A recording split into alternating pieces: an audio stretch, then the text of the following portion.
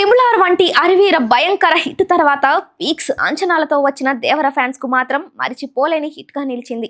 ఈ సినిమాతో తారక్ రాజమౌళి సెంటిమెంట్ ను బ్రేక్ చేస్తూ సూపర్ డూపర్ హిట్ కొట్టాడు. ప్రస్తుతం కొరటాల శివ ఈ సినిమా సీక్వెల్ స్క్రిప్ట్ ను పనుల్లో బిజీగా ఉన్నాడు. సీక్వెల్ పార్ట్ ను ఊహించని స్థాయిలో తెరకెక్కించాలని కొరటాల పెన్నుతో యుద్ధం చేస్తున్నట్లు, వణుకు పుట్టించేలా యాక్షన్ సీన్లు రాస్తున్నట్లు ఇన్సైడ్ టాక్ వినిపిస్తుంది. ఏ క్షణమైన ఈ సినిమా పట్టాలెక్కే ఛాన్స్ ఉందని కూడా సమాచారం. ఇదిలా ఉంటే ఈ సినిమాతో పాటు తారక్ లైనప్ తో ప్రశాంత్ నీల్ సినిమా కూడా ఉంది. ఎన్టీఆర్ 31 కామన్ టైటిల్ తో తెరలెక్కపోయే ఈ సినిమా షూటింగ్ ఇప్పటికే స్టార్ట్ అయిపోయింది. ఈ సందర్భంగా మేకర్స్ షూటింగ్ తో ప్రశాంత్ నీల్ యాక్షన్ ఎపిసోడ్ తెరకెక్కిస్తున్నప్పుడు తీసిన ఫోటోను కూడా షేర్ చేసిన విషయం తెలిసిందే.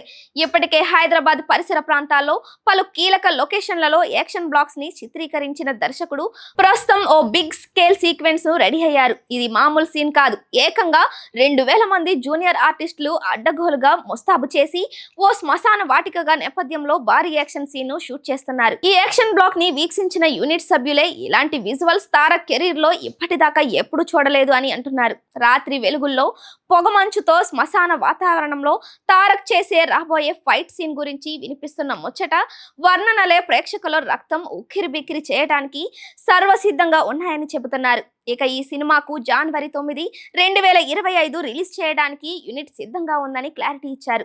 ఈ సినిమాలో కన్నడ బ్యూటీ రుక్మిణి వసంత్ హీరోయిన్ గా నటించబోతున్నట్టు సమాచారం. ఇక మామూలుగానే ప్రశాంత్ నీల్ సినిమాలంటే ఎలివేషన్స్ కు కేర్ ఆఫ్ అడ్రస్ లా ఉంటాయి. అలాంటిది ఎన్టీఆర్ తో చేయబోయే సినిమాలో కుప్పలు కుప్పలుగా ఉన్నట్లు తెలుస్తుంది. ఇన్సైడ్ టాక్ ప్రకారం ఈ సినిమా 1969లో 3 దేశాలను వణికించిన డ్రగ్ డీలర్ కథతో రాబోతుందని సమాచారం. 55 ఏళ్ల కిందట ఇండియాతో పాటు చైనా, భూటాన్లను వణికించిన డ్రగ్ లార్డ్ ఖున్సా కథ ఆధారంగా ఈ మూవీ తెరకెక్కబోతుందని తెలుస్తోంది.